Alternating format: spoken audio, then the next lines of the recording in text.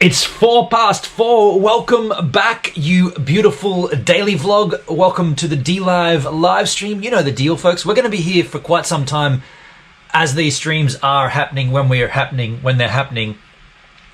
You're into Tiesto, aren't you? I'm not really into Tiesto, Hendrik, but I recognize where he fits into that whole scope. And if I'm going to have any EDM, it's going to be Tiesto.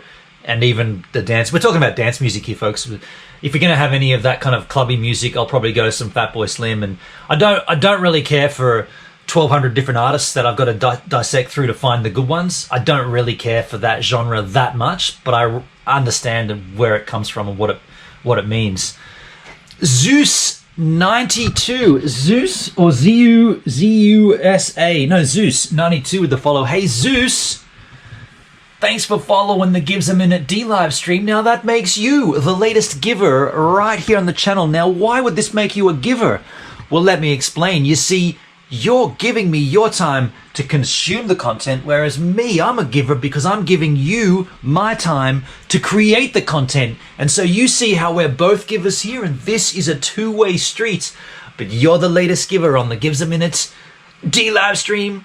Thanks for the follow, Zeus. What I was doing there for you, Daddy Vlog, was just showing you how I trigger the reverse camera, how I trigger Tiffy to come on. That's how I did it. A little sneaky trick there. Not really a trick, just a sneaky little trick. The bass player for The Who was great. Mark King is the best bass player around. He can slap it and pluck it.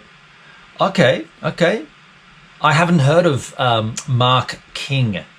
But as far as bass playing, we were talking a little about how I record bass.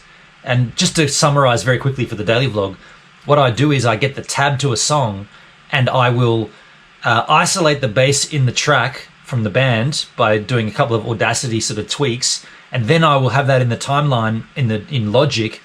And I will go to a software instrument track and I will draw in the bass notes according to what the tab tells me.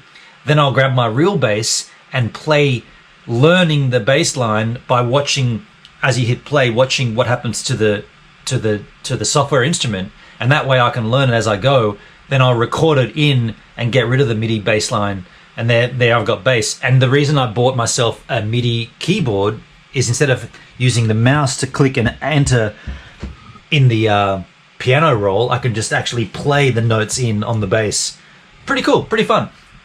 Overbuilt Automotive with the follow. Hey, Overbuilt, thanks for following the Gives a Minute DLive stream. Now that makes you the latest giver right here on the channel. Now, why would this make you a giver? Well, let me explain. You see, you're giving me your time to consume the content, whereas me, I'm a giver because I'm giving you my time to create the content. And so you see how we're both givers here. This is a two-way street. But you're the latest giver on the Gives a Minute DLive stream. Thanks for the follow, Overbuilt Automotive. AVX Nation, I first started playing bass back in 2006 before I switched to acoustic guitar in 2012. So you went the other way, right? So I'm actually really enjoying playing bass, but I never thought I would be interested in it.